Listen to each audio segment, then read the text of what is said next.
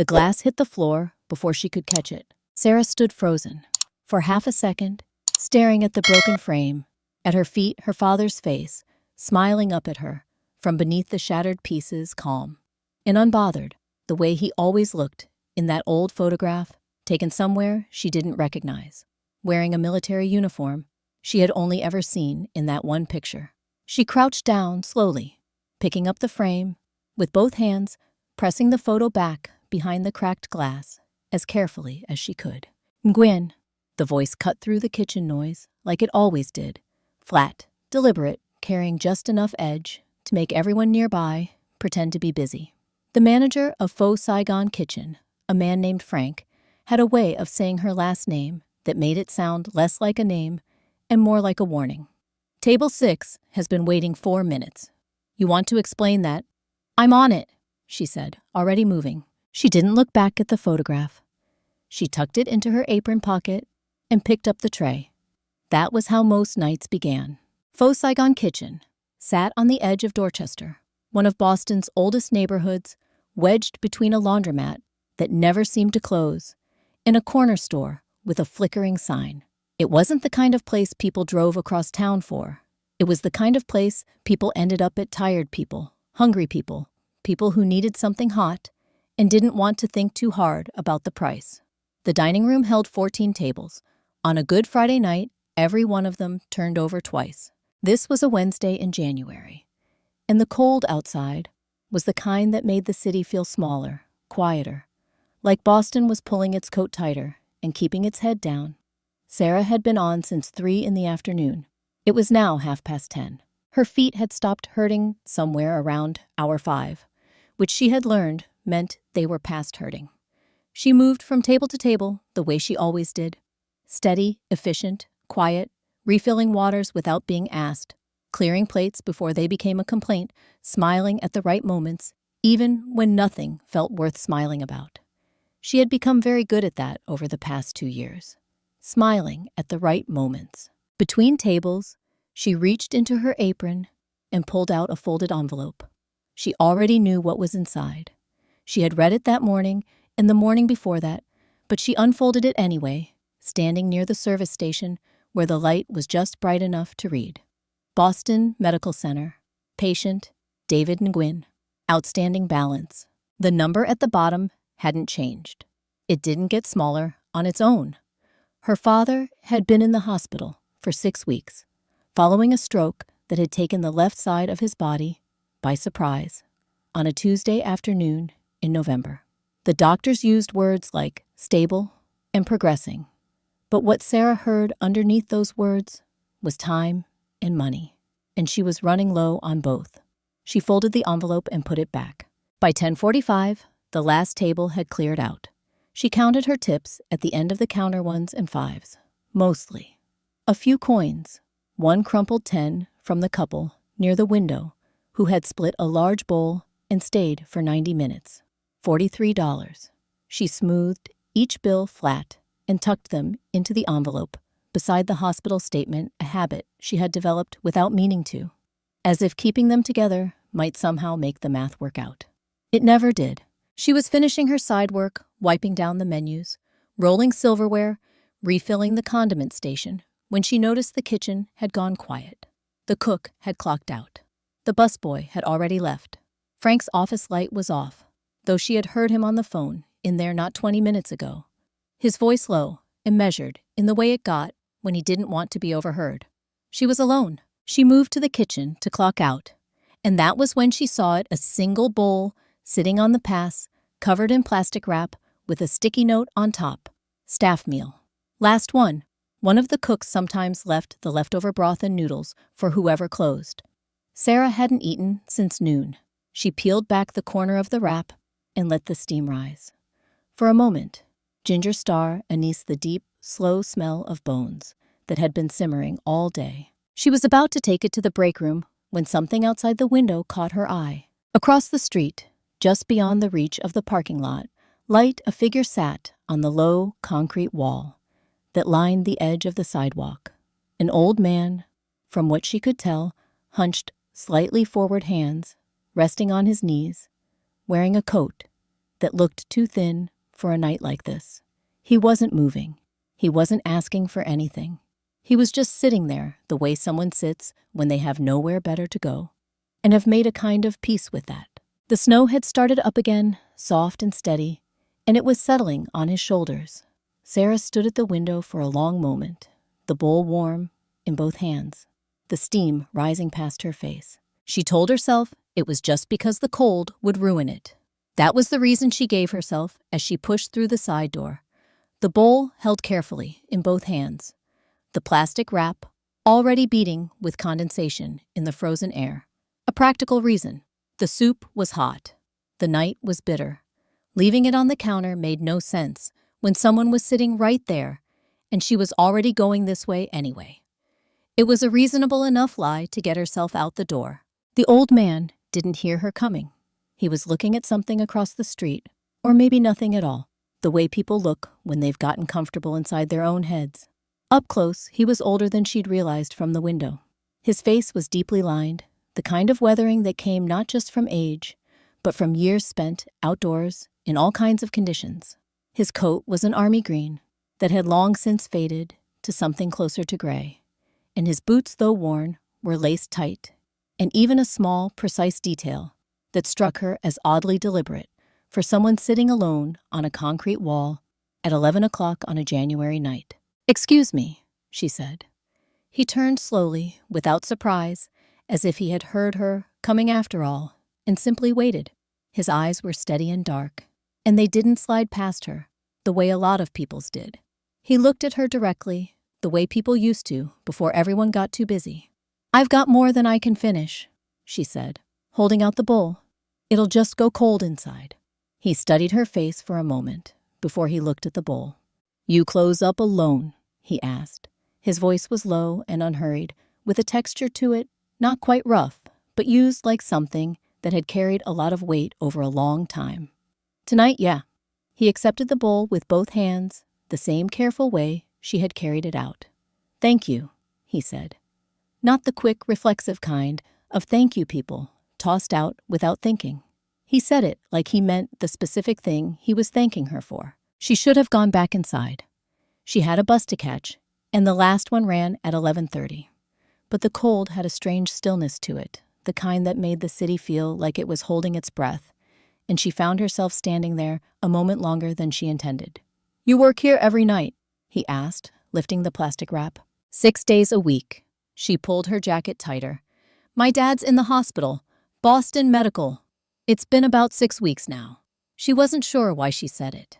She didn't usually talk about her father to strangers. Maybe it was the quiet.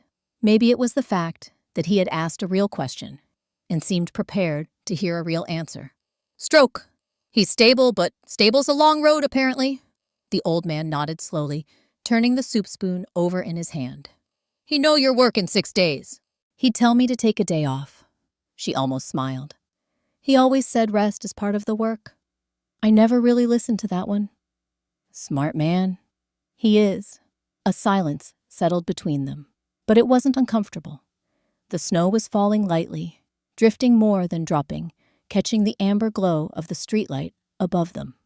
She noticed he ate slowly, deliberately, the way someone eats when they want to make something last. She was reaching into her pocket for her phone to check the time when she felt the photograph shift, and before she could close her fingers around it, it slipped free, tumbling out of her pocket and landing face up on the sidewalk between them. She reached for it quickly, but not before the old man's eyes dropped to it. Just for a second. A single, unhurried glance, the kind that didn't linger, but didn't look away quickly enough to be called indifferent either. His expression didn't change.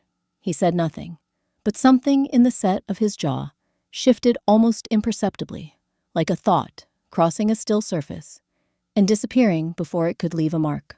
"Sorry," she said, tucking the photo back into her pocket. "Old habit. I carry it around." "Nothing to be sorry for," he said quietly, and returned his attention to the bowl. She said goodnight a few minutes later, told him to stay warm, the way people do when they know there's no good advice to give, and headed back through the side door. The kitchen was exactly as she'd left it. Dark quiet, smelling of the night's cooking. She grabbed her bag from the break room and moved toward the back hallway, already calculating whether she could make the 11:30 if she walked fast. She almost didn't notice the figure standing near the far end of the hallway, half in shadow, one shoulder leaning against the wall beside the small window that faced the parking lot. It was one of the other waitresses, a woman named Brenda, who had worked the lunch and dinner shifts at Faux Saigon Kitchen for the better part of 3 years. Brenda was looking out through the window toward the spot on the sidewalk where Sarah had just been standing. Her arms were crossed. Her face, caught in the thin light that made it through the glass, was difficult to read. Not quite troubled, not quite calm.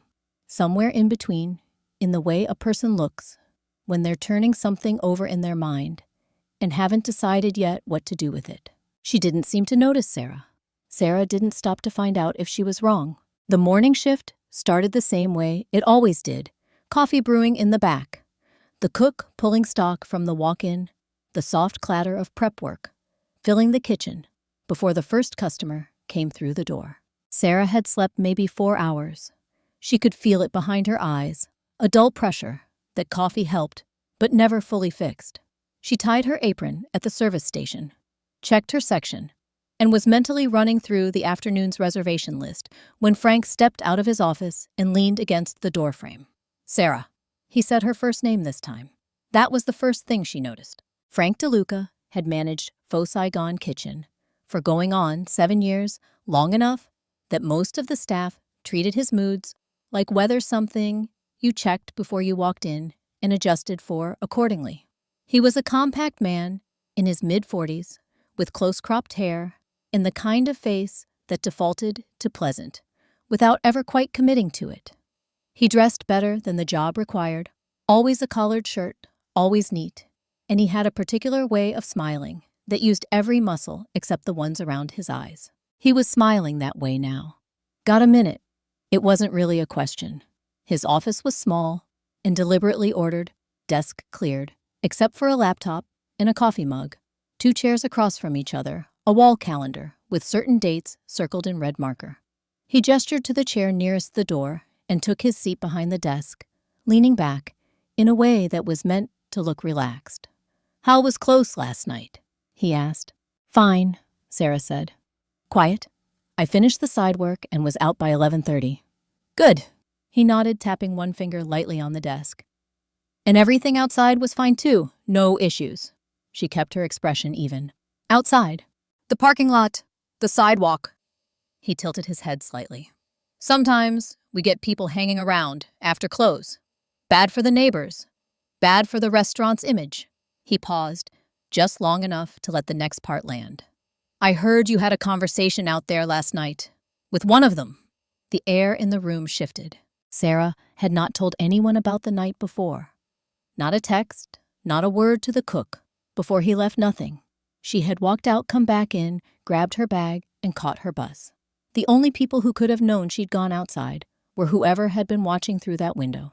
She thought of Brenda's face in the hallway, the way she'd been standing, arms crossed, looking out. She pushed the thought aside and kept her voice steady. "I gave someone leftover soup.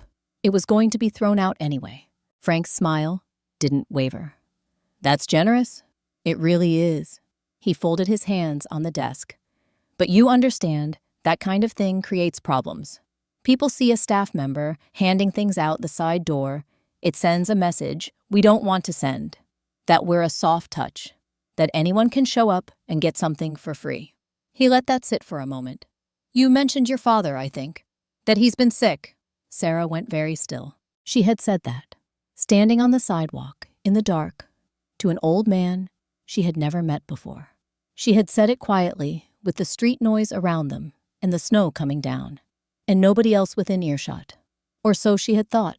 "I'm telling you this as a heads up," Frank continued, his tone shifting into something warmer, more reasonable, the way a conversation sounds when someone wants you to feel like they're doing you a favor. "You've got a lot on your plate. Medical bills, long hours. I get it. I do. The last thing you need is to give someone a reason to question your judgment here. You're good at this job, Sarah. I'd hate for something small to become something bigger." He stood, which meant the conversation was over. Just keep it professional out there. That's all I'm asking. Sarah nodded, said yes, and walked back out into the restaurant. She moved through the motions of the morning, taking a two-top near the window, running a tea order to the back corner, wiping down the specials board.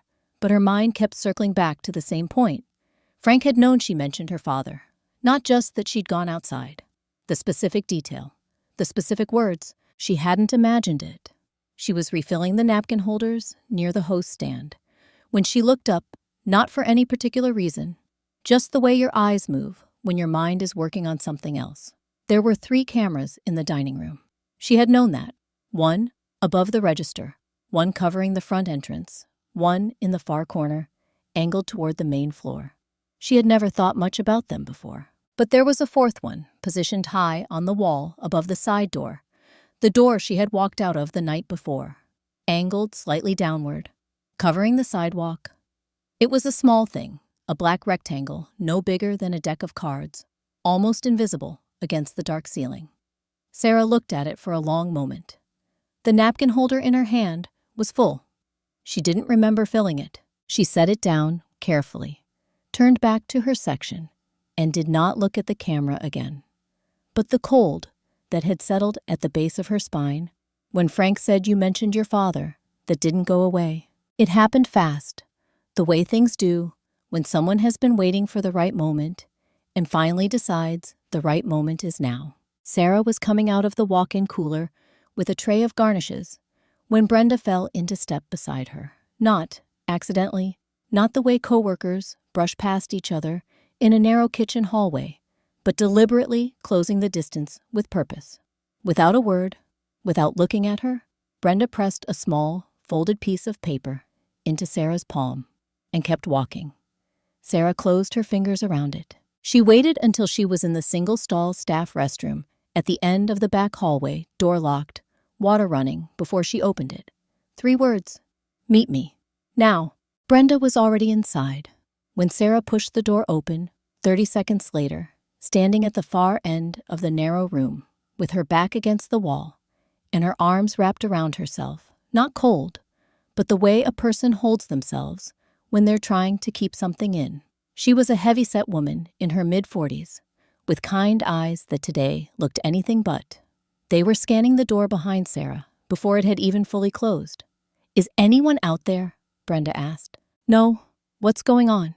Brenda exhaled through her nose.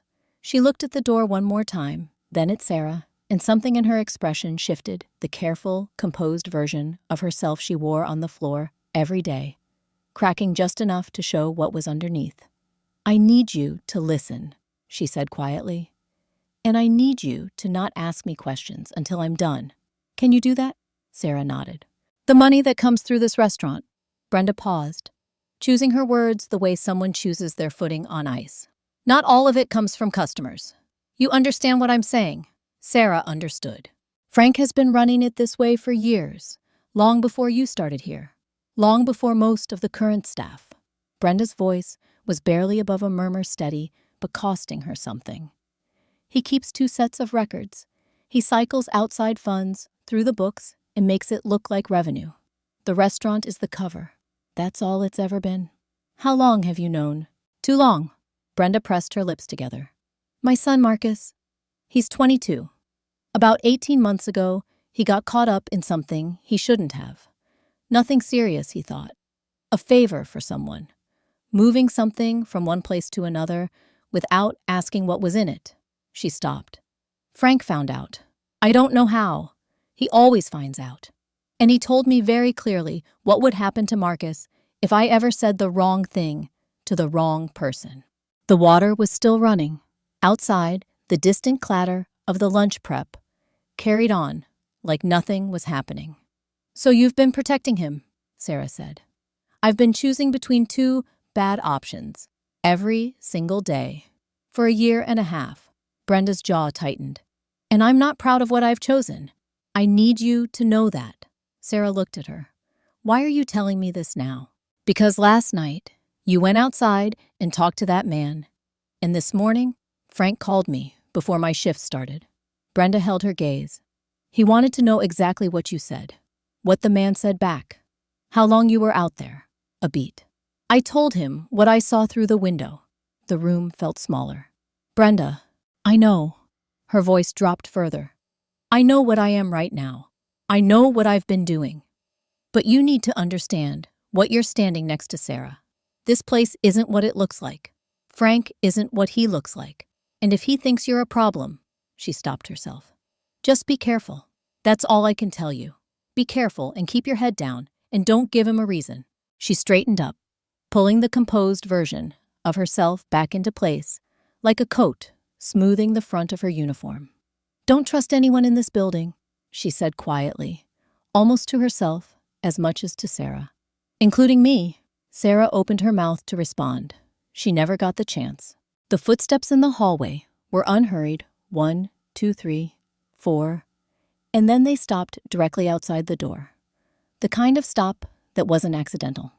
The kind that meant whoever was on the other side had arrived at exactly the place they intended to be. A second passed. Then the door swung open. Frank stood in the frame, one hand resting on the door, taking in the room with the quiet patience of someone who has already decided how this ends. His eyes moved from Sarah to Brenda and stayed there. He didn't say anything. He didn't need to. He just smiled. The lunch rush had hit the way it always did on Thursdays. All at once, without warning, like someone had flipped a switch somewhere, and suddenly every table needed something at the same time. Sarah was moving. That was what she did when things got loud and fast. She moved, kept her head organized, stayed ahead of the orders. Table 3 needed a refill. Table 7 was ready to pay. The two top by the window had been waiting on their check for 6 minutes, which was 4 minutes too long. She cut through the floor with the kind of efficiency that came from doing something so many times your body stopped asking your brain for permission. She was reaching across table 9 to clear a bowl when the man at table 11 stood up. She didn't notice him at first. There were maybe 30 people in the room, and standing up was something people did. But then his voice cut through the noise in a way that made the nearest conversations drop off one by one, like a sound system slowly being turned down. "Excuse me," he said it loudly, deliberately. "I need to speak to a manager." He was somewhere in his 50s, broad-shouldered, wearing a jacket that looked like it cost more than Sarah's weekly paycheck. He had the kind of face that was used to being listened to, and he was pointing, not gesturing, not indicating, but pointing one finger extended directly at Sarah. "That woman," he said. "She took something from my jacket." The room didn't go completely silent. It just shifted. The ambient noise pulled back just enough that everyone could hear clearly, without appearing to try. Sarah straightened up slowly. "I'm sorry. My jacket was on the back of the chair." He kept his voice measured, reasonable, the tone of a man reporting a fact, rather than making an accusation. "I felt something. I looked down. My wallet was not where I left it." He looked around the room with the practiced ease of someone comfortable with an audience. "She was the only one near that table." "Sir, I'd like to speak to the manager." Frank appeared from the back in under a minute. That more than anything told Sarah what this was. The kitchen was on the other side of the building. There was no way he had heard the commotion and walked over in that time. He had been close. He had been waiting. "What's the situation?" Frank asked, looking between the customer and Sarah with an expression of careful, practiced concern. The man explained. Frank listened, nodding slowly, his hands clasped in front of him, like a man taking a statement seriously. When the man finished, Frank turned to Sarah. "Sarah, do you want to tell me what happened?" "Nothing happened," she said. "I was clearing table 9. I wasn't within 3 feet of his jacket." "She was right there," the man said, still calm, still reasonable. "I understand," Frank said. He turned to the room with a small apologetic gesture, not to Sarah, to the customers. "I apologize for the disruption. We take these things seriously." He looked back at Sarah. "We're going to need to check the footage." He already knew what the footage would show. Or rather, what it wouldn't. One of the kitchen staff, a young man named Derek, who had started 2 months ago and clearly owed Frank something, came over and murmured something in Frank's ear. Frank listened, then nodded with the look of a man receiving unfortunate news he had somehow anticipated. "It seems the camera covering that section experienced a technical issue this morning," Frank announced. "We don't have footage of the floor from the last 2 hours." The murmur that moved through the room was small but sufficient. Sarah looked across the floor. Brenda was standing near the service station, a water pitcher in her hand, watching. Their eyes met for half a second. Brenda looked down at the floor. That was all Sarah needed to understand exactly how alone she was in this room. "Sarah." Frank's voice had shifted, still measured, still reasonable, but with a finality underneath it now, like a door being closed quietly but firmly. "I think it would be best if you clocked out for today. We'll be in touch about next steps." "You're letting him do this," Sarah said. She hadn't meant to say it out loud, but there it was. Frank's expression didn't change. "I'm managing a difficult situation professionally. I'd ask you to do the same." She looked at the customer. He had already sat back down and was checking his phone. The performance concluded his part complete. She looked at Derek, who had found something extremely interesting to examine on the floor near the register. She looked at Brenda, who did not look back. Sarah untied her apron. She set it on the nearest counter, picked up her bag from behind the host stand, and walked to the front door without another word. There was nothing left to say that would change anything, and she had learned a long time ago that dignity was the one thing nobody could take from you if you refused to give it up. Outside, the cold wrapped around her immediately. She stopped on the sidewalk and stood there, not because she had decided to, but because her legs simply didn't carry her any further. The lunch crowd moved around her, people heading in, people heading out, nobody paying attention to one more person, standing still on a Boston sidewalk in January. The snow had picked up since morning light, but steady, and she felt it settling on the shoulders of her jacket, cold and weightless. She had worked at Faux Saigon Kitchen for 2 years, 1 month, and 11 days. She stood there with that fact and let it mean what it meant. Her phone buzzed in her coat pocket. She pulled it out without thinking, expecting nothing in particular. The number on the screen was one she had saved under a name she hoped never to see lit up on her display. Boston Medical Center Patient Services. She was still in her work clothes when she ran through the emergency entrance. The automatic doors hadn't finished opening before she was inside, moving past the intake desk, with her bag half falling off one shoulder. A nurse at the far counter looked up. Sarah gave her father's name before the woman could ask.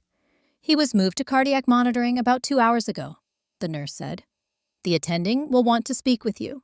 The doctor, a man named Dr. Okafor with reading glasses, pushed up on his forehead, and the careful energy of someone who delivered difficult news for a living, found her in the hallway outside her father's room 12 minutes later. He was kind about it, which almost made it worse. The procedure her father needed wasn't optional anymore. The irregularities in his cardiac rhythm had been progressing for 2 weeks. They had been managing it conservatively, but that window was closing. It needed to happen within 72 hours. The facility required a deposit before scheduling. He told her the number. Sarah nodded the way you nod when your mind has gone somewhere else and your body keeps the conversation going on its own. She spent the next 2 hours on the phone, working through every name she had. Her father's younger brother in Worcester let it ring until voicemail. A cousin in Quincy answered, said, "Let me see what I can do," and never called back. A woman from her father's church said she wished she could help, but things were tight, you understand, and God would provide. By 11, the corridor had emptied.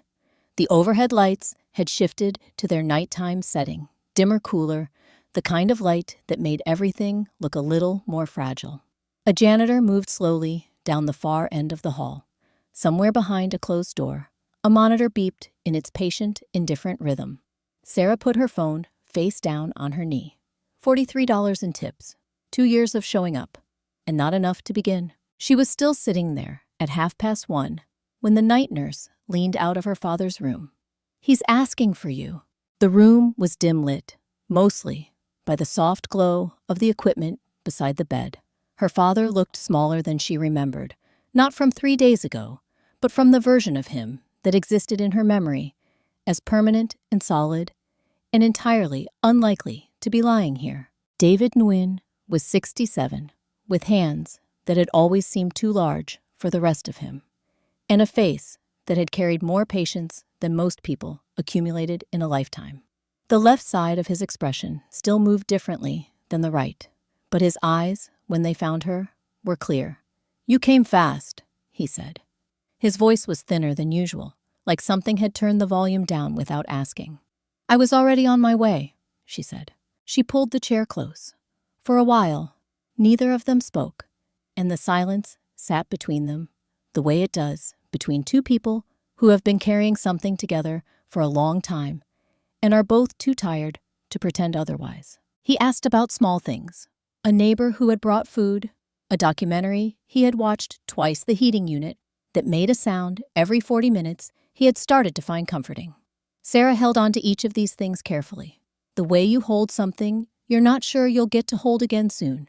It was close to 2 a.m. when his eyes, growing heavier, opened again with sudden clarity. He looked at her the way he sometimes did, not at her face, exactly, but through it. "There's something I should have told you," he said.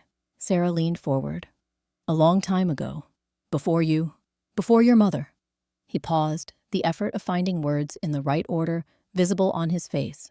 "There was a man. He came back because of me. And I never—" Another pause. "I lost track. I should have looked. Dad. Robert." The word came with more force than anything else he had said, as though he had been holding it in reserve. His hand shifted on the blanket, reaching toward her without quite arriving. "Find Robert Hayes." The name landed in the room the way unfamiliar names do, present specific, clearly important to the person saying it, and entirely without meaning for the person hearing it. "Who is that?" she asked. But his eyes were already closing, the brief window easing shut, his breathing settling back into the slow rhythm of sleep. Sarah stayed until she was sure he was resting, then stepped back into the corridor and lowered herself into the same chair she had occupied most of the night. The building had gone fully quiet. No footsteps, no distant voices, just the hum of the ventilation and the occasional soft chime from somewhere down the hall. She turned the name over in her mind. Robert Hayes, said it once quietly to the empty corridor.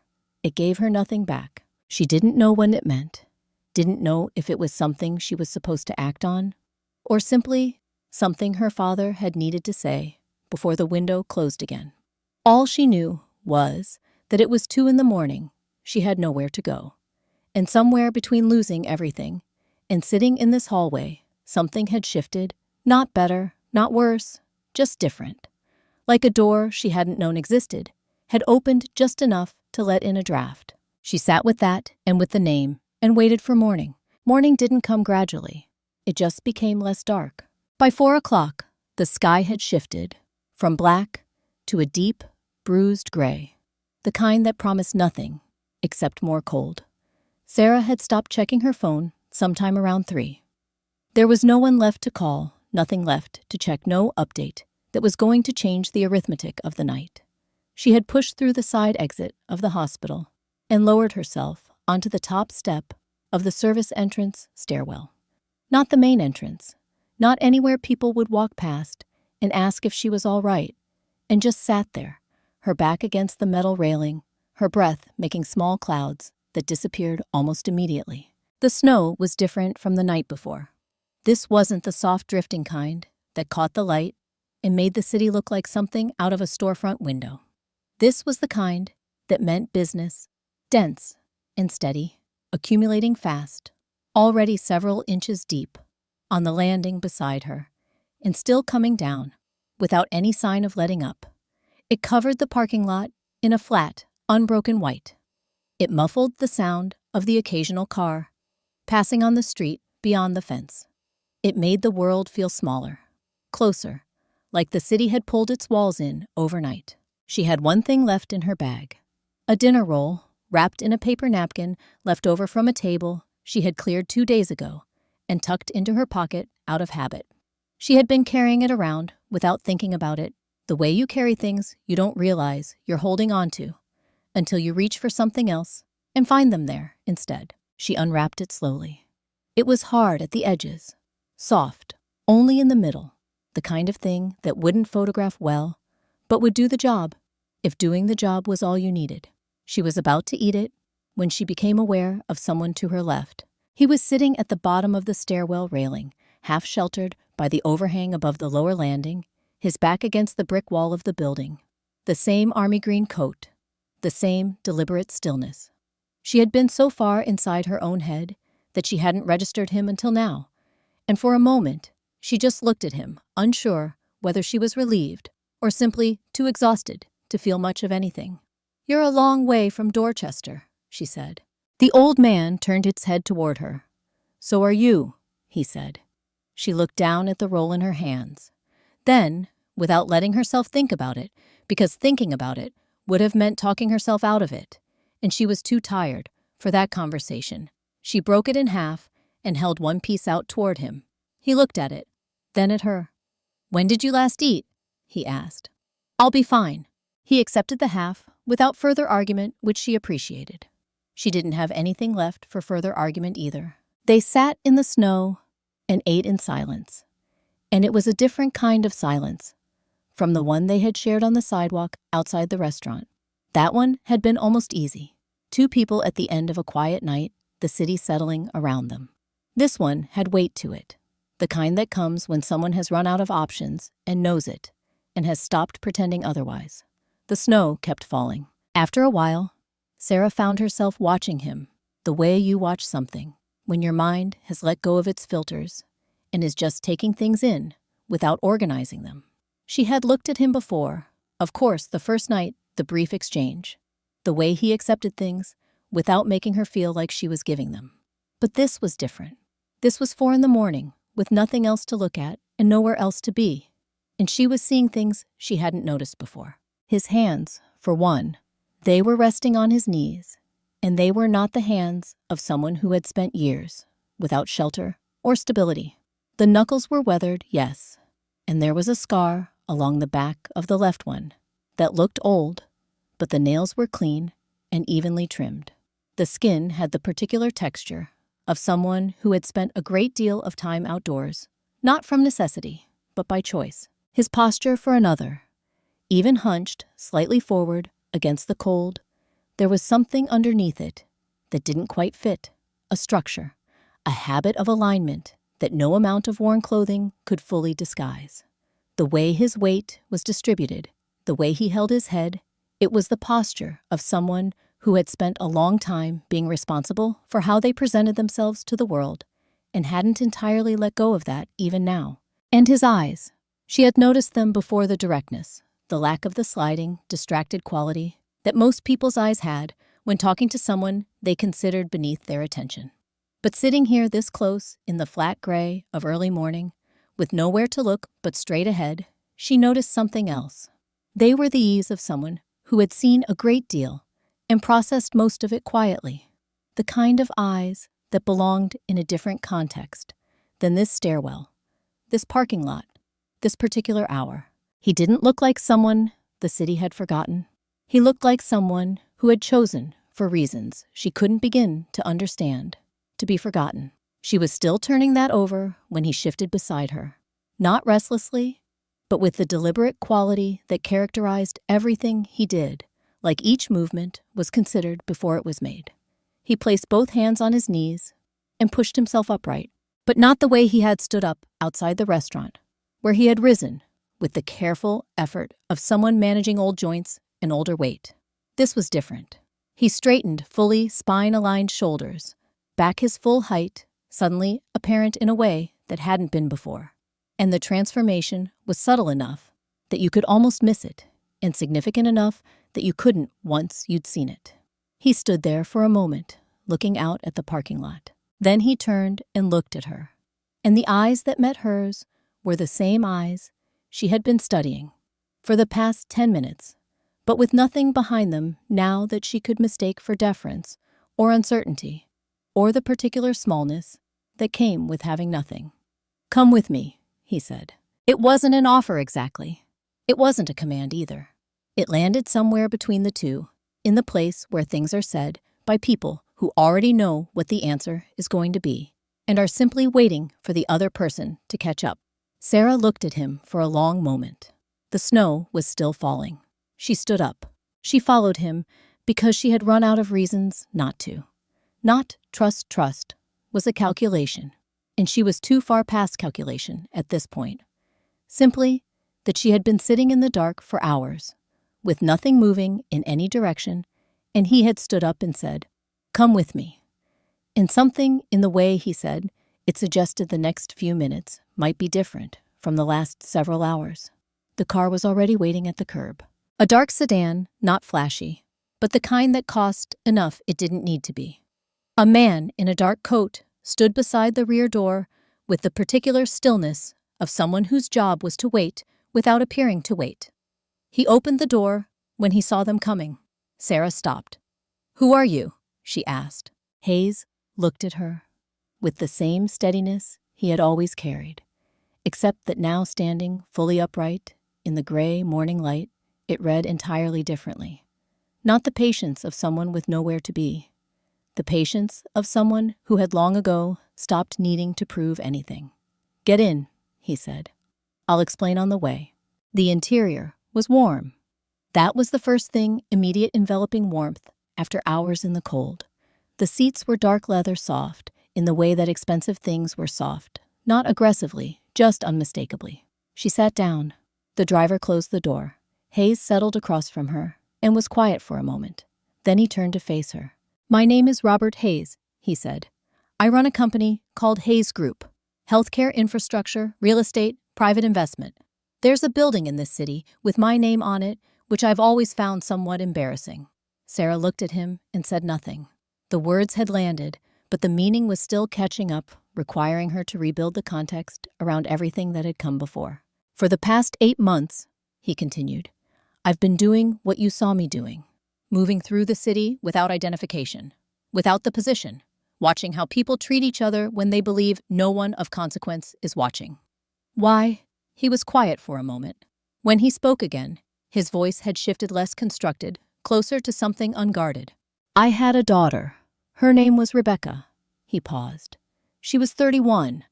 She had a condition that had been managed well for most of her adult life, until one night it wasn't.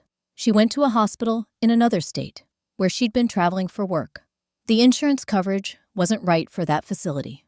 There were authorizations that needed to be obtained, forms that needed processing." Another pause. She waited 4 hours while people worked on the paperwork. By the time they brought her back, the window for helping her had passed. He said it the way people say things they have rehearsed, only in private, with a flatness that wasn't indifference, but its opposite, the kind of control that existed, because the alternative was losing it entirely. "I'm sorry," Sarah said. Hayes gave a small nod. "After Rebecca, I had more money than I'd ever had, and less idea what to do with it. I'd spent 40 years building things, and the thing I wanted most, I couldn't build or buy." He looked at his hands. "So I started asking a different question. Not what can I build, but who deserves to have something built for them? And that's why you were out there." "Generosity that costs nothing is easy," he said. "Generosity that costs everything, that is something else entirely. That is worth finding." The car moved through the early morning streets, nearly empty at this hour. The overnight snow broken only by tire tracks and the first gray suggestion of dawn.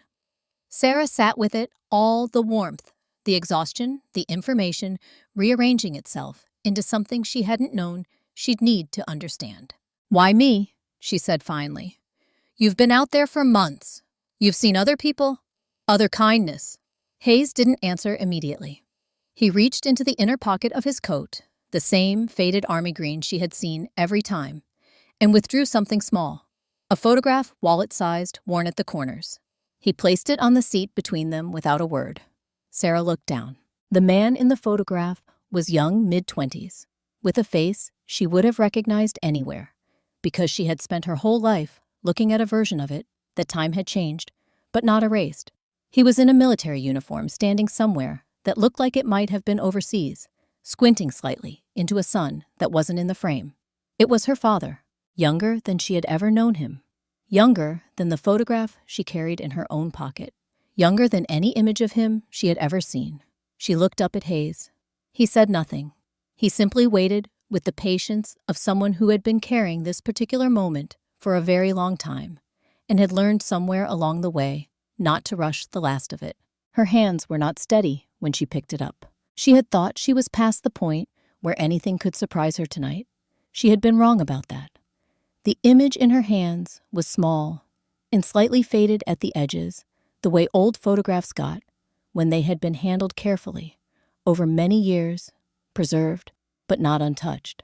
And the face, looking back at her, was one she knew down to its bone structure, down to the particular way the eyes sat in the face, down to something that wasn't quite a smile, but was close enough to count. "Where did you get this?" she asked. Her voice came out quieter than she intended, not because she was trying to be calm, because calm was the only thing left after everything else had been used up. Hayes looked at the photograph in her hands, then at her. "I took it," he said, "in the spring of 1972, about 40 kilometers outside of Da Nang." The car was still moving. Outside the window, Boston scrolled past in its early morning quiet streetlights, reflecting off wet pavement, the occasional figure on a sidewalk. The city doing what cities did, regardless of what was happening inside any given vehicle passing through it. Sarah set the photograph down carefully on the seat beside her. "Tell me," she said. Hayes was quiet for a moment. Not the calculating quiet of someone deciding how much to share. The quiet of someone deciding where to begin something that had no clean starting point. "I was 26, he said. "I had been in country for about 7 months. By that point, you stopped thinking about it in terms of time. You just moved from one thing to the next and tried to stay focused on what was directly in front of you." He paused. "We were moving through a stretch of road that had been cleared earlier that week. Standard movement. Nothing that should have been complicated." He looked at his hands. "It became complicated very quickly. Our unit came under fire from a position we hadn't accounted for. In the first few minutes, I was separated from the main group, pushed into a drainage ditch, off the road, pinned down, no radio contact." He said it evenly, the way someone recounts something they have long since made peace with, factually, if not entirely, emotionally. "I was there for what felt like a long time. I had taken a hit to my left side, nothing that was going to end things, but enough that moving on my own wasn't a serious option." Sarah was very still. "A soldier found me. He wasn't from my unit. Different company, different assignment, shouldn't have been anywhere near that stretch of road. He'd gotten turned around in the same confusion and ended up going the wrong direction, which turned out to be exactly the right direction." A pause. "He got me out. He half carried me back to a position where I could be reached. He stayed until he knew I was going to be accounted for, and then he went back to find his own people." "My father," Sarah said. "David Nguyen." Hayes said the name, the way you say the name of someone you have said silently to yourself more times than you could count. "I tried to find him before I rotated out. The way things moved at the end, the way records got shuffled and units got reassigned, I couldn't locate him. After I came home, I tried again, formally through the channels that existed for that kind of thing. I got as far as a last known address in California, and then the trail went quiet." "He moved a lot," Sarah said. "After the war. He didn't talk about it much. We ended up in Boston when I was 3. Hayes nodded slowly, as though that answered something he had wondered about for a long time. "I hired someone to look about 15 years ago. They found a David Nguyen in the Boston area, but by that point, the address was outdated, and there was no way to confirm." He looked at her directly. "And then you came outside with a bowl of soup on a January night, and a photograph fell out of your pocket." Sarah thought back to that moment, the photograph skidding out onto the sidewalk. Hayes, glancing at it, his expression shifting in that way she had noticed but couldn't read. The thing she had filed away as nothing. "You knew," she said, "that night outside the restaurant. I thought I recognized it. The photograph I had was taken the same day from a different angle. I wasn't certain." He held her gaze. "I needed to be certain before I said anything. There are things you don't say to someone unless you're sure. So you kept coming back. I needed to confirm what I already believed. A beat. And I needed to understand who you were, not just whose daughter you were. The distinction landed quietly, but firmly, the way important things sometimes did. Without announcement, without emphasis, just present and true. Sarah looked out the window. The city had begun to lighten, almost imperceptibly at its edges, the darkness thinning, rather than lifting, the first suggestion that morning was coming, even if it hadn't arrived. 50 years. Her father had carried a man out of a ditch in a country on the other side of the world, and the man had spent 5 decades looking for a way to say thank you. And somehow, the line between that moment and this car, on this morning, in this city, had held. She didn't have words for that. She wasn't sure words were the right tool. She was still sitting with it when Hayes's phone, resting on the console beside him, lit up. He glanced at the screen, then picked it up. The conversation was brief. He listened more than he spoke, said 2 words, and set it back down. He looked across at Sarah with an expression that was difficult to read. Not troubled, not satisfied, somewhere in between the look of someone receiving news that was both expected and significant at the same time. "That was my assistant," he said. Sarah waited. "A woman named Brenda Mitchell," Hayes said carefully, "has just walked into the 6th District Police Station on Howe Street." The name hit Sarah somewhere behind the sternum. She didn't ask what Brenda was doing there. She didn't ask what it meant. She just looked at Hayes, and he looked back at her, and in the space between them, something shifted, not resolved, not finished, but moving now, finally, in a direction. The folder had been sitting on her kitchen table since 2 in the morning. She had made coffee she didn't drink, sat down, and stood up 4 times, and spent a long stretch just looking at it. The plain manila cover, the 1.5 inches of documents, inside the thing she had spent 18 months telling herself she would never do, and another 6 months telling herself she couldn't afford to do, and one night finally deciding she had no more excuses not to do. By 5:30, she was in her car. The 6th District Station on Warren Street was a low brick building that looked like it had been built in a different era and hadn't been asked to do anything differently since. Brenda had driven past it dozens of times over the years without ever thinking much about it. She sat in the parking lot for 11 minutes after she turned the engine off the folder on the passenger seat, the heat ticking down, and she thought about Marcus. Her son was 22 years old, and he had his father's laugh, and her mother's stubbornness, and the particular kind of carelessness that belonged to young men who had never been given a serious reason to be careful. 18 months ago, he had done a favor for someone he shouldn't have trusted, moved something from one place to another without asking enough questions, and ended up with Frank DeLuca, knowing exactly the kind of thing that could put Marcus away for a stretch of years that would change the shape of his life permanently. Frank had explained this to Brenda calmly over coffee in the same office, where he later threatened Sarah with the same pleasant expression he used for everything. He wasn't angry, he'd said. He understood how these things happened. He just needed to know he could count on her going forward. That was all. Just count on her. She had said yes. She had been saying yes ever since. The first time she watched Frank move against someone directly, it was a cook named Terrence, who had asked too many questions about the accounting discrepancies he'd noticed during a supply order. Terrence was gone within 2 weeks. A manufactured complaint, a quick termination, nothing dramatic. Brenda had said nothing. She told herself Terrence would land on his feet. She told herself it wasn't her business. The second time was the supplier who had started asking for documentation Frank didn't want to provide. That one, she only heard about secondhand in pieces, but the pieces were enough. And then there was Sarah. Brenda had known from the moment Frank called her, before her shift the morning after Sarah gave away the soup, that Sarah had become a problem in Frank's accounting of things. She had seen it happen before. She knew the pattern, the subtle pressure first, then the escalating stakes, then the removal. She had given Frank the information he asked for, and she had stood in the dining room with a water pitcher in her hand and watched a customer point a finger at a woman who hadn't done anything wrong, and she had looked at the floor. That was the moment she kept coming back to. in the long hours between midnight and 5 in the morning.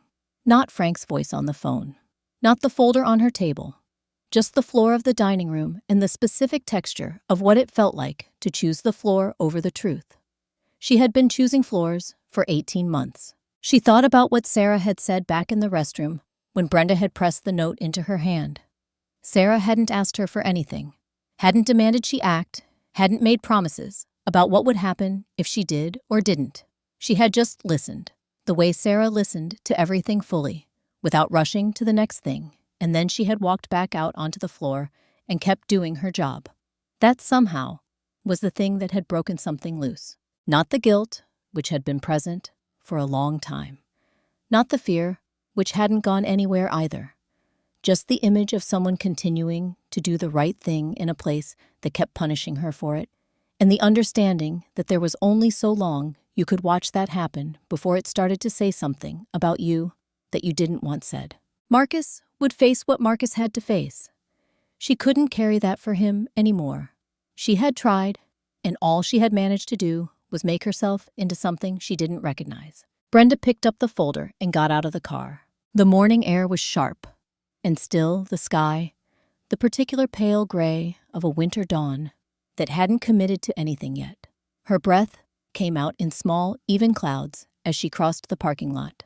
Her footsteps on the salted pavement were steady. She had expected to feel more afraid at this point, or more resolved, or something with a cleaner name. What she actually felt was tired.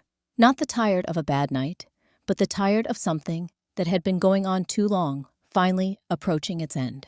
The door was heavier than she expected. Inside, the station had the flat, institutional quality of a place that operated continuously and had stopped noticing itself. A desk sergeant looked up from his monitor when she came in. Down the hall to her left, she could see a room with a half-open door and a table with 2 chairs, the kind of room that existed for one purpose. A detective, a woman in her 40s with reading glasses on a lanyard, and the unhurried manner of someone who had heard most things at least once, came out to meet her. She introduced herself, said something about being glad Brenda had come in, and gestured toward the room down the hall. Brenda followed her inside. The table was plain. The chairs were plain. The folder in her hands felt heavier than it had in the parking lot, which she understood wasn't about the weight of the paper. She sat down. She set the folder on the table, between them, her palm resting on top of it for just a moment, not hesitating. Just present the way you are with something before you let it go. Then she lifted her hand, looked across the table at the detective, and said the 6 words she had been building toward for 18 months. I want to make a statement. For Frank DeLuca, the morning had started like any other. Inventory check at 7, a call with a supplier about a late delivery, coffee from the machine in his office, which he had been meaning to replace for 2 years. By 9:30, the kitchen was running, the first tables were filling, and everything in Faux Saigon Kitchen was operating exactly the way he needed it to operate quietly, efficiently, without complications. He was standing near the host stand, reviewing the lunch reservation list, when the front door opened. He didn't look up immediately. Doors opened all morning. It was a restaurant. But when the noise of the dining room shifted in that particular way, not louder, just differently arranged, the way sound reorganized itself, when something unexpected entered a space. He looked up. 2 officers stood inside the entrance. Behind them, holding the door, was a third. They were not in a hurry. They didn't need to be. The detective who stepped forward was a woman Frank had never seen before, mid-40s, reading glasses on a lanyard. The unhurried manner of someone arriving at a conclusion rather than beginning an investigation. She said his name as a confirmation, not a question. Frank's expression didn't change. He had spent 20 years keeping his expression from changing at inconvenient moments, and that muscle was well developed. He set the reservation list down on the host stand, straightened slightly, and said, yes, that was him, and could he help them? She told him why they were there. The dining room had gone the kind of quiet that happened when everyone in a room decided simultaneously to pay close attention while appearing not to. Glasses stopped clinking. Conversations dropped to murmurs. 3 kitchen staff had drifted to the pass-through window, and the cook was standing with a ladle in his hand that he appeared to have forgotten about. Frank listened to everything the detective said with the attentive, cooperative expression of a man who had nothing to hide and every confidence in the process. When she finished, he said there must be some misunderstanding, and he would be happy to clear it up, and perhaps they could step into his office where this could be handled more discreetly. The detective said that wouldn't be necessary. She explained in the same unhurried way that the documentation provided that morning was extensive and had been reviewed before they came. She mentioned briefly that the establishment's own security system had been backed up remotely to an off-site server, a standard arrangement she noted for businesses operating under certain ownership structures, and that the backed-up footage included material from the past several weeks that told a fairly complete story on its own. Something moved across Frank's face at that. Small, quick gone, almost before it registered. But it registered. He tried a different approach. His voice shifted into a register Sarah would have recognized the reasonable one, the one that was used when the performance of fairness was more useful than actual fairness. He said he thought there might be some context missing, that the situation was more complicated than it appeared from the outside, that he was certain if everyone just took a breath, they could arrive at an understanding. The detective looked at him with the expression of someone who had heard that particular phrasing before and was not moved by it. She nodded to the officer beside her. Sarah was standing on the sidewalk across the street when they brought him out. She had gotten there 20 minutes earlier after Hayes's driver had pulled up to the curb, and Hayes had told her simply that she might want to be here for this. She hadn't asked how he knew the timing. She had gotten out and stood on the opposite side of the street with her hands in her coat pockets, and she had waited. She had expected to feel something specific when she saw it happen. The version of this moment she had been carrying around in the back of her mind since the afternoon they took her apron, some kind of release, some clean, satisfying settling of accounts. The feeling that justice looked a particular way when it finally arrived and you were there to see it. What she actually felt was quieter than that. Frank came through the door with an officer on each side, his hands secured behind him, his face carrying an expression she had never seen on it before. Not the pleasant non-smile, not the reasonable voice made visible, but something stripped of all of that. Something that looked more than anything simply small, not villainous, not dramatic, just a man at the end of something he had built badly, being walked out of it in front of people who had worked for him. She watched him reach the vehicle at the curb. She watched the door close. She felt nothing she had expected to feel, and everything she hadn't.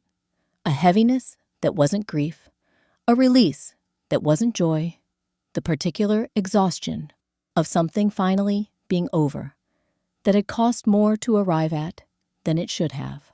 Hayes materialized beside her quietly, the way he had a habit of doing, arriving without announcement. They stood together on the sidewalk and watched the vehicle pull away, and neither of them said anything for a moment.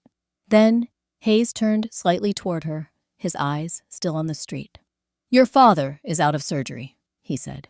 She was moving before Hayes finished the sentence. Not running exactly the sidewalk was uneven, and the overnight ice hadn't fully cleared, but walking fast enough that Hayes had to lengthen his stride to keep pace beside her. She didn't ask him if he was coming. She didn't need to. He was simply there, the way he had been simply there on a hospital stairwell at 4 a.m, and she had stopped questioning the geometry of that. Boston Medical Center was 6 blocks from the restaurant. She covered them without noticing. The main entrance was busier than it had been in the small hours, visitors coming and going, a family clustered near the information desk, the ordinary daytime traffic of a place where people arrived with hope or dread or both. Sarah went straight to the surgical floor desk and gave her father's name. The nurse looked up his file, made a brief call, and directed them to the 3rd floor recovery wing. The waiting area outside the recovery unit was smaller than the main corridor, a handful of chairs along one wall, a window at the end that looked out over a side street, the kind of space that existed purely as a place to be while you waited for permission to be somewhere else, A television, mounted in the corner, was showing a morning news program with the sound turned down. Nobody was watching it. Sarah sat down. Hayes took the chair beside her, one seat over, giving her room without leaving her alone. He rested his hands on his knees and looked at the middle distance, the way people did when they were present, but not intruding, and for a while, neither of them said anything. The silence between them had changed since the car. It wasn't the silence of two people who didn't know each other. It was the silence of two people who had covered a significant amount of ground in a short time and were both, in their own ways, catching their breath. Sarah looked at the door to the recovery unit. Closed. No movement. "When did you find out?" she asked. "About the surgery, the timing." "My assistant has been monitoring the situation since yesterday morning," Hayes said. "When the deposit was flagged as outstanding, I arranged for it to be covered through the hospital's billing office. Anonymously." He paused. "I should have told you. I didn't want it to change how you made your decisions." Sarah absorbed that. "It wouldn't have," she said. Then, after a moment, "Thank you." Hayes nodded once, and they went back to the silence. It was a few minutes later, without preamble, without the kind of lead-in that warned you something important was coming, that Hayes spoke again. "The night Rebecca came in," he said, "I was in a board meeting, 3 time zones away." He was looking at the window at the end of the hall, at the gray winter light coming through it. "She had called me earlier that day. I didn't answer. I was going to call her back after the meeting." He stopped. Sarah didn't say anything. She recognized this kind of telling, the kind where the most important thing was not to interrupt it. By the time the meeting ended, she had already been at the hospital for 2 hours. His voice was level, but it was the levelness of something held carefully, not something at rest. "By the time I landed, they had already told me there was nothing more to be done." He reached up and removed his glasses, pressing the back of one hand briefly against his eyes. It was a small gesture, contained the kind that belonged to people who had learned to keep grief in its lane, but occasionally lost the margin. Sarah watched him and understood something she hadn't fully understood before, not from what he had told her in the Kinner, not from the story of the photograph, or the search, or the months of living without a name. She understood it now, watching him sit in a hospital waiting room in a coat that had been chosen specifically not to be noticed in a city where a building had his name on it next to a woman whose father he had been looking for since before she was born. He wasn't here because he was generous.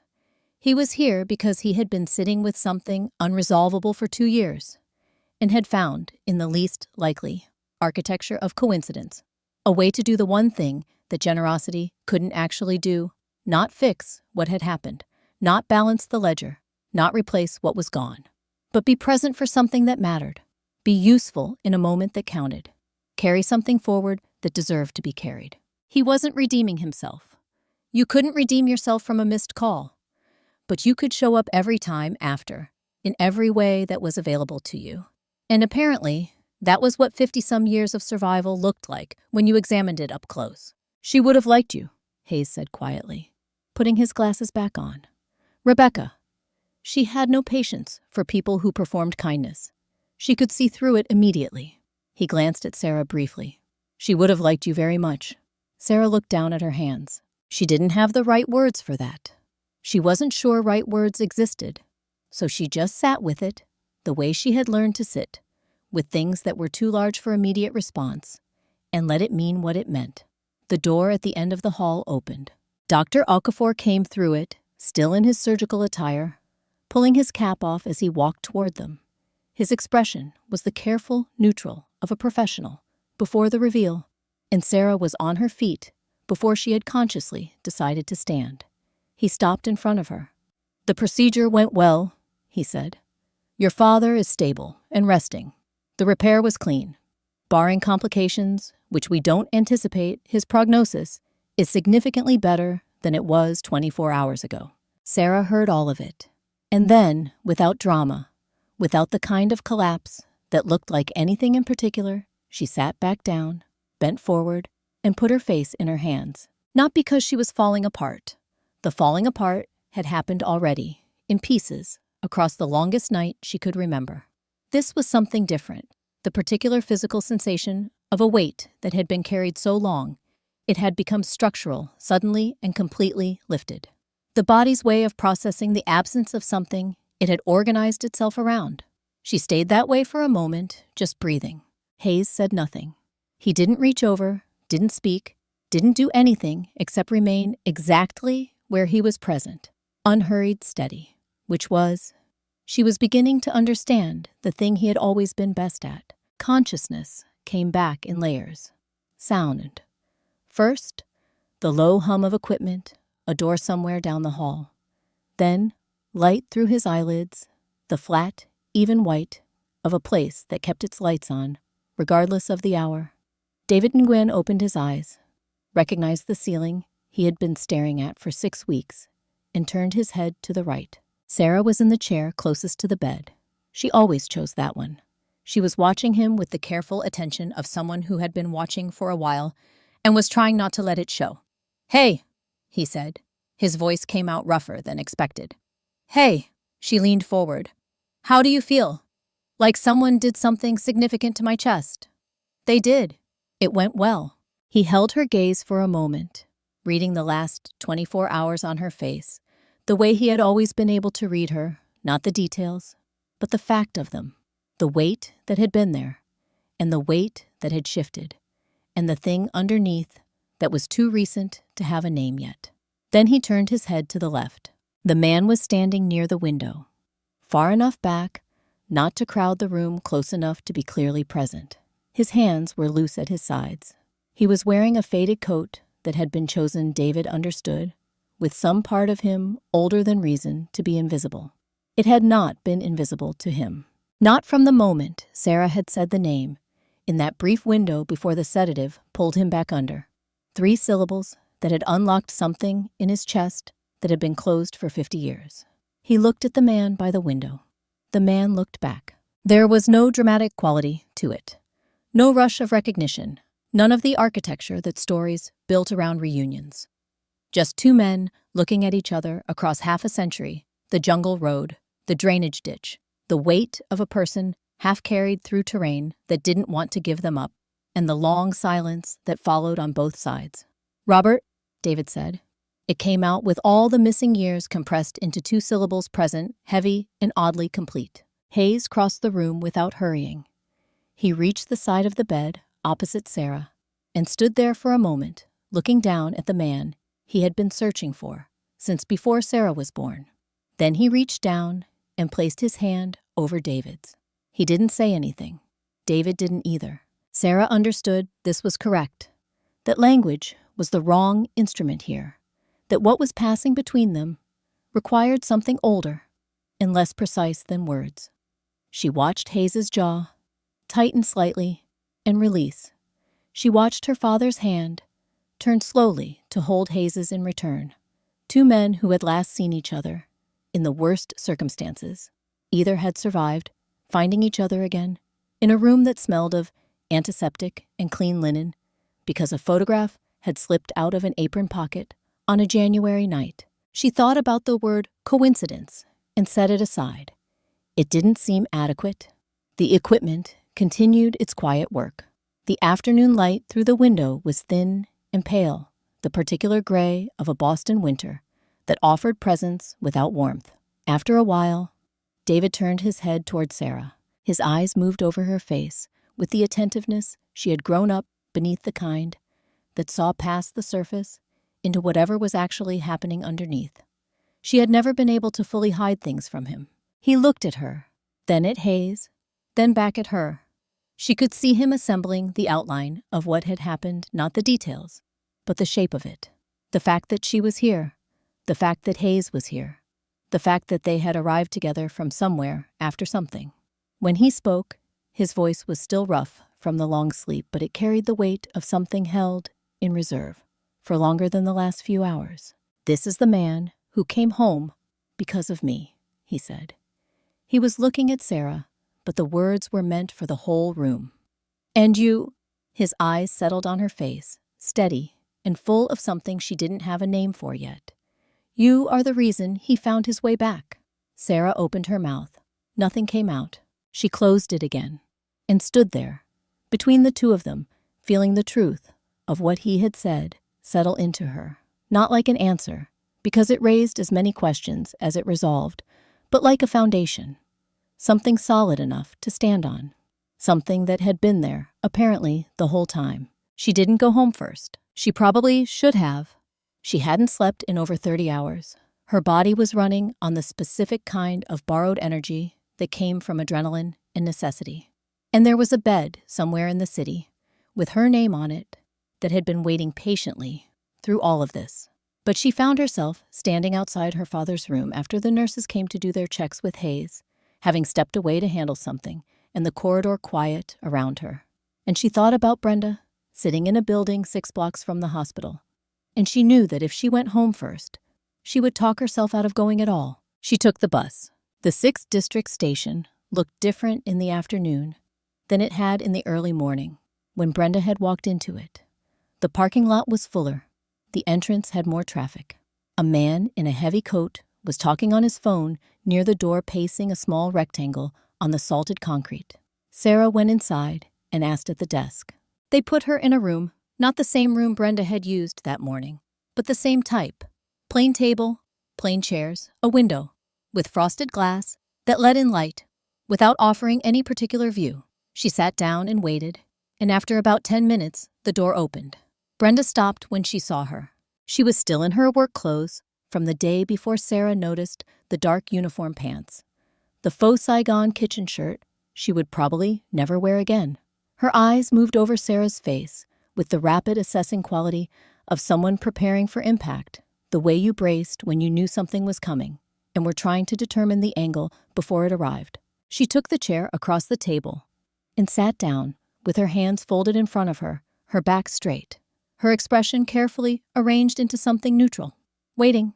Sarah looked at her for a moment. "You didn't have to come here," Brenda said finally, her voice measured and deliberate, filling the silence before it could fill itself with something worse. "I know. I made choices that hurt you. I'm not asking you to—" Brenda. Brenda stopped. Sarah leaned forward slightly, her forearms on the table. She wasn't angry.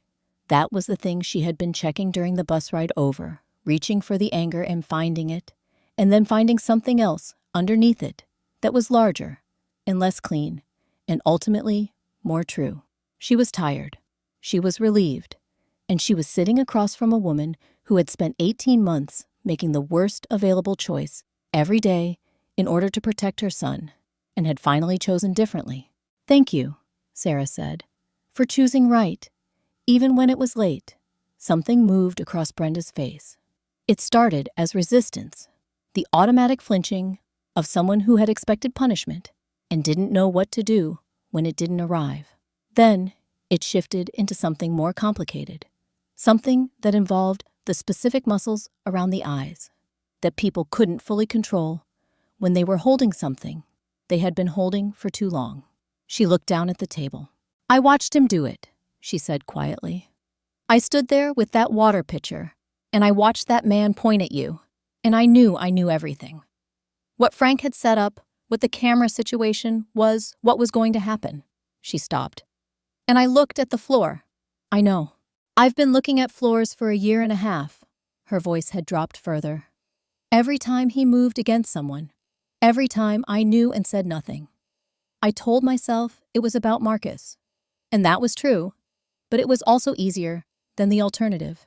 And I knew that too, and I kept doing it anyway." Sarah didn't say anything.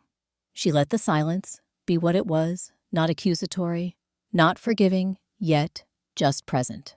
The kind of silence that allowed something to be said without immediately being resolved.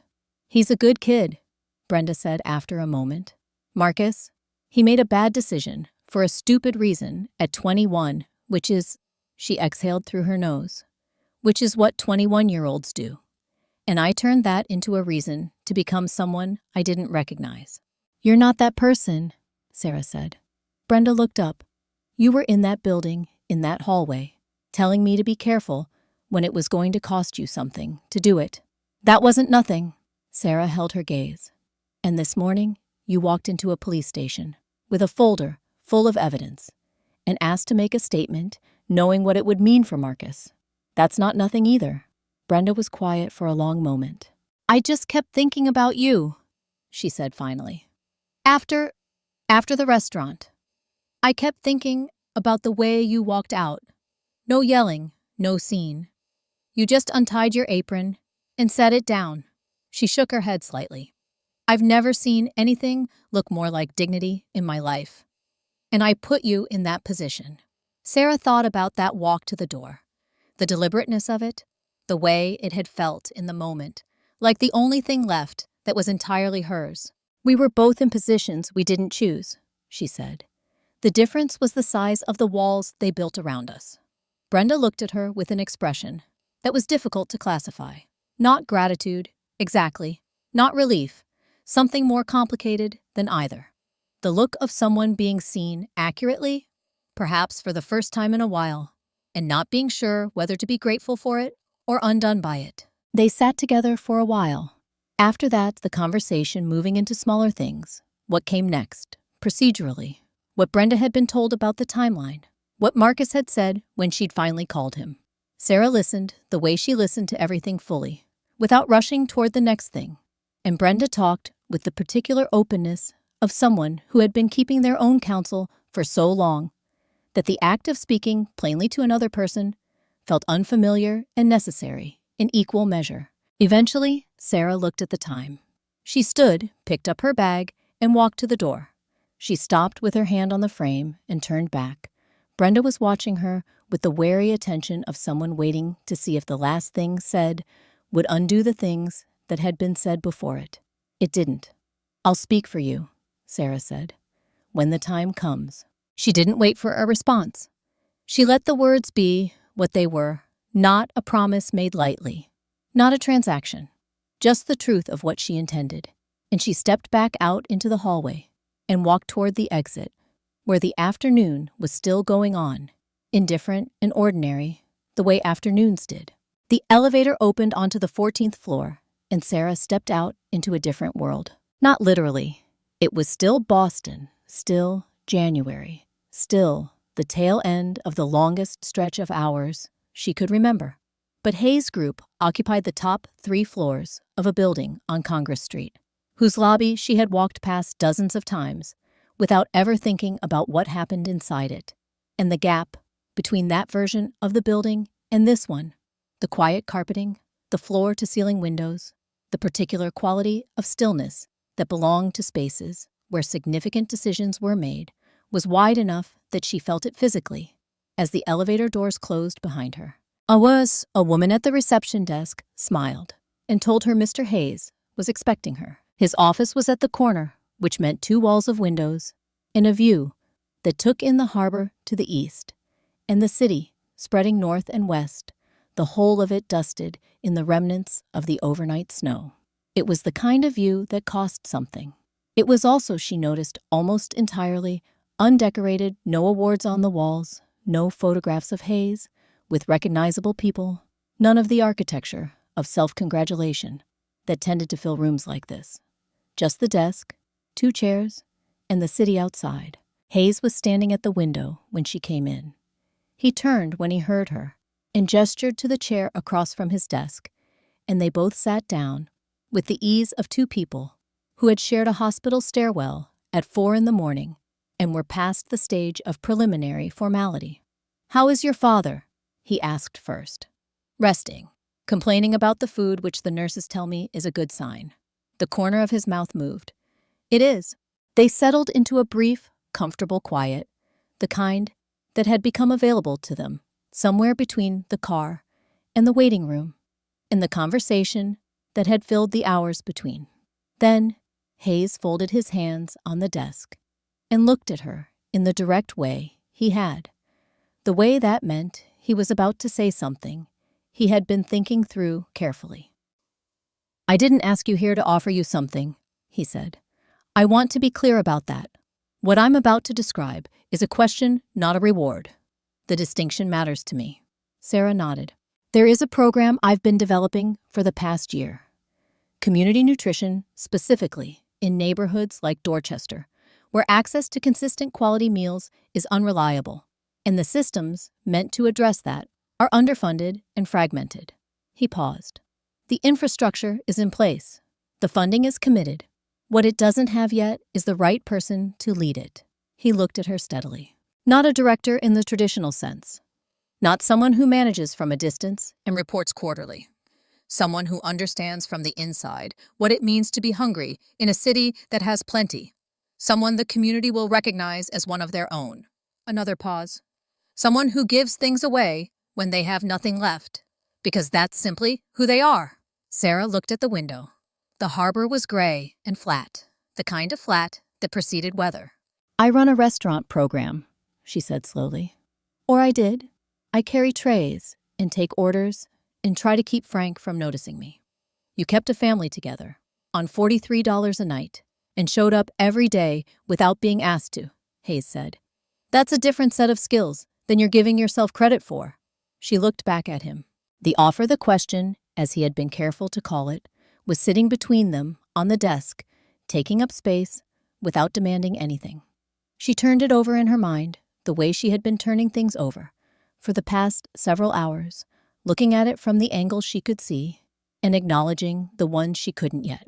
It wasn't fear exactly that made her hesitate. It was the understanding that saying yes to something like this meant becoming a version of herself she hadn't had time to imagine yet. And she had learned, across the course of a very long night, to be careful about decisions made before you'd had time to imagine their shape. Can I think about it? She said. Hayes nodded without hesitation. Take all the time you need. She stood. He stood with her, walked her to the elevator, and pressed the button without ceremony. The doors opened immediately. Sarah, he said, before she stepped in. She turned. Whatever you decide, he said, the answer to what your father said is still the same. You did find me. That's already done. The doors closed. She didn't take a cab back. She walked, because walking was what she did when she needed to think without interruption. And the cold had moved from brutal to merely sharp, the kind of temperature that cleared your head without punishing it. She went past her bus stop, past the laundromat, past the corner store with the flickering sign. She stopped in front of Faux Saigon Kitchen. The door was locked. A strip of official tape crossed the entrance at waist-height yellow, against the dark glass, businesslike and final. Through the window, she could see the dining room exactly as it had been, the 14 tables. The specials board she had wiped down 100 times. The service station, where she had spent uncountable hours rolling silverware and refilling condiments and doing the invisible work that kept a room running. It looked smaller than she remembered. 3 people were standing on the sidewalk. Nearby, a cook named Ray, who had worked the lunch shift for 4 years, and 2 of the other waitstaff she recognized from the Friday evening rotation. They weren't talking much. They were just standing there the way people stood when something they had organized their days around had suddenly stopped existing, and they hadn't figured out what to do with the space that left. Ray noticed her first. He lifted his chin in acknowledgement, the kind of greeting that didn't require anything back. She nodded. She stood there for a while, looking at the taped door, in the empty dining room, and the 3 people on the sidewalk who had shown up today, probably out of habit, because where else did you go on a Thursday afternoon? When Thursday afternoons had always meant this. She thought about what Hayes had said. She thought about what her father had said. She thought about a bowl of soup on a January night, and what it had cost, and what it had started. She took out her phone. Hayes answered on the second ring. I've made my decision, she said. A month later, the corner of Geneva Avenue and Westville Street smelled like garlic and ginger and something warmer underneath the particular comfort of a kitchen that had been running since early morning and intended to keep running until everyone who needed to had been fed. The space had been a hardware store before. High ceilings, concrete floors, wide windows that let in the flat February light. It was not beautiful the way restaurants tried to be beautiful. It was functional in the way that mattered, which was a different thing entirely, and Sarah had learned to tell the difference. She was behind the counter when the morning rush began, moving the way she always had, efficiently, without wasted motion, tracking 4 things at once, while appearing to focus on one. Except now, she wasn't managing customers. She was running a kitchen team of 6 of whom were still finding their rhythm, and her job was less about carrying things and more about making sure everything moved in the same direction at the same time. It was harder than waitressing. It also left her tired, in a different way, not depleted, but used up in the manner of something put to its actual purpose. By 10:30, the first service was winding down. The long tables had been full and were emptying now, in the gradual way of a weekday morning, people finishing up and heading back into the cold with the unhurriedness of those who had nowhere urgent to be and had just eaten something warm. She was wiping down the counter when the side door opened. Her father's aide was maneuvering a wheelchair through the doorway with practiced ease. David Nguyen sat in it with his hands on the armrests, eyes already moving around the room, the way he had always assessed new spaces, not with judgment, just attentive curiosity. He found Sarah across the room. She crossed to him and crouched beside the chair. He looked better than he had in weeks, more present, less conserved. "You were right about the smell," he said. "It carries all the way to the parking lot." "That's intentional." He looked past her at the room. "You built something. We're still figuring it out." "That's what building looks like," he said. She stayed beside him for a while, pointing out what was working and what still needed fixing. He listened to both with equal attention, asking questions that revealed he had been paying closer attention to her updates than she'd realized. It was during this that she noticed Hayes. He was standing near the far wall in a dark coat, not the faded army green, which he had apparently retired, now that the season for it had passed. He was holding a cup of coffee from the serving counter and not doing much with it, just standing where he could see the whole room without being at the center of it. He had arrived quietly. He would leave the same way. Their eyes met briefly across the room. He raised his cup slightly. She nodded once. That was sufficient. By noon, the space had shifted into the quieter rhythm of afternoon prep, a delivery being checked at the back. A small group of neighborhood women who had started showing up Tuesdays and Thursdays to help with packaging for the Homebound program. The routine of it had begun to feel earned rather than imposed. Brenda arrived at 12:30. She came in through the main entrance, hung her coat on the hook that had become, without anyone designating it, her hook, and moved directly to the kitchen to check the afternoon prep list. She worked with the focused efficiency of someone who had spent 20 years in food service and didn't need direction. She and Sarah had not talked much about what had happened. There wasn't much left to say that hadn't already been said, and what they had built in the weeks since was less a reconciliation than a working relationship grounded in the shared language of people who knew kitchens and knew what it took to keep them running. Ray showed up at 1. He had appeared the first week asking if there was anything useful he could do, and there had been, and he had kept coming back. 2 others from the old Friday rotation followed in subsequent days, drawn by whatever instinct brought people back to the places where their days had been organized, even after those places had changed. The afternoon moved through itself, the way good afternoons did, purposeful, without being tense. Sarah was near the entrance, reviewing the evening schedule, when she noticed the girl. She was standing outside the window to the left of the door, close enough that her breath was fogging the glass. She was looking in at the room with the particular attention of someone who wanted something and wasn't certain she was allowed to want it. Early 20s, a coat doing its best against the February cold without fully succeeding, a bag over one shoulder that looked heavy. She was standing the way Sarah had stood on 100 sidewalks present, but not quite committed the way you stood when you weren't sure the space on the other side of the door was meant for you. Sarah set down the schedule. She walked to the door and pushed it open. The cold came in immediately, and with it, the girl's startled expression caught, wanting something she hadn't asked for yet. Sarah looked at her for a moment. "Come in," she said. "You look like you haven't eaten." There are things that look like endings that aren't. A door closing, a last paycheck, a name said in a hospital corridor that means nothing to you yet. These things feel like conclusions when they happen, and sometimes they are. But sometimes they are simply the last thing that had to occur before the next thing could begin the final piece of a structure you didn't know was being built until it was finished enough to stand in. Sarah's story is one of those. There is something that nobody tells you about kindness. Not the easy kind, the kind that costs you nothing, the kind that happens when you have enough, and giving a little away doesn't change your arithmetic.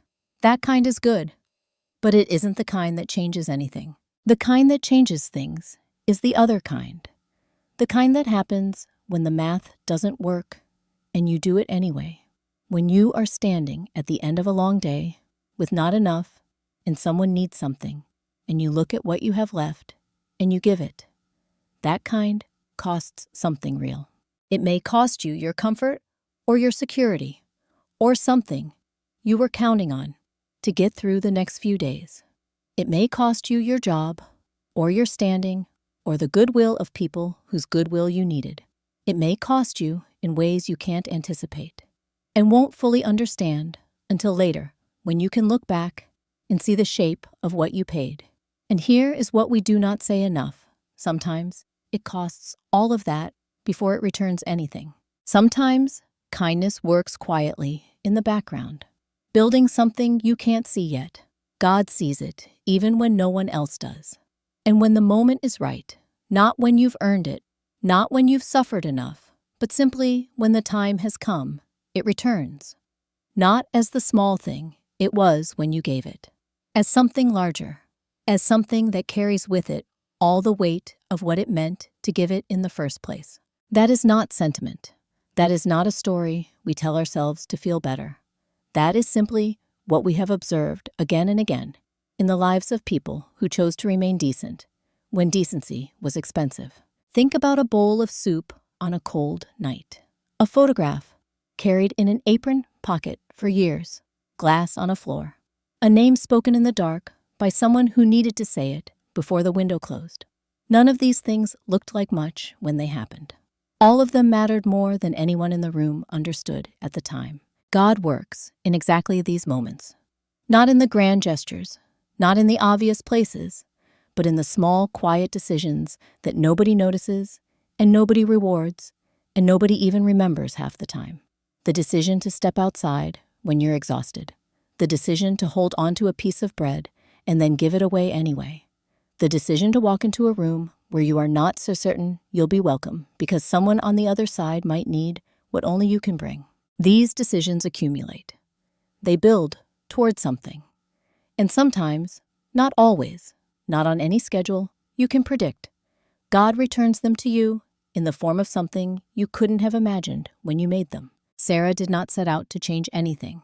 She set out to get through the night, then the next one, then the one after that. She carried things, and she showed up, and she gave what she had when someone needed it more than she did. And she did all of this without an audience, and without expectation, and without any particular faith that it would lead anywhere other than the next shift. And yet, here is what we want to leave you with, not as a moral or a lesson, but as a simple truth worth sitting with. The kindness you extend when you have the least to give is the kindness that carries the most weight. Not because suffering is noble or because hardship earns reward, but because it is in those moments when giving costs everything that we reveal most clearly who we actually are. And who we are matters, even when no one is watching, especially then. If this story reached you in some way, if something in it reminded you of a moment in your own life, or someone you know, or something you've been carrying, we'd love to hear from you. Not where you're watching from, though. You're welcome to share that. But this, have you ever given something when you had nothing left? A meal, a favor, a moment of grace extended to someone when you were running on empty yourself. What happened? Tell us in the comments. These stories matter. The ones that don't get told publicly, the ones that happened in hallways and parking lots and cold sidewalks when nobody was paying attention. Those are the ones worth sharing. Like this video, if Sarah's story stayed with you, share it with someone who needs to be reminded that small acts of decency are never as small as they look. And if you haven't already considered joining us here, because this channel exists for exactly this reason, to find the stories that remind us in the most concrete and human terms possible that God is present in the ordinary moments, that character is built in the choices no one sees, and that the most important things we do rarely look important when we're doing them. Through the window of the space, on Geneva Avenue, the city was doing what it always did, moving indifferent, full of its own concerns, carrying several 100,000 private stories forward, simultaneously, without pausing to acknowledge any of them. The snow had started again, not the heavy, purposeful kind that had fallen on the night of the hospital stairwell, but the light kind, the kind that drifted more than fell, catching the gray afternoon light, settling without accumulating present, without weight. Sarah was standing at the window when she noticed it. She watched it for a moment, the way it moved through the air, without urgency, without destination, simply falling the way things fell when they had nowhere particular to be and no reason to hurry. She did not feel cold. She hadn't. She realized for a while now. Not the deep cold that had nothing to do with temperature, the kind that came from being alone in something too large to carry alone. That cold had lifted somewhere between a hospital corridor and a parking lot, and a room that smelled of garlic and ginger, in increments too small to track and too significant to ignore. She turned back to the room. There was work to do. There was always work to do. And she had learned, was still learning, that this was not a burden, but a privilege. To have work that mattered. To have a room full of people who showed up because they believed in what the room was for. She pulled her sleeves back and returned to it.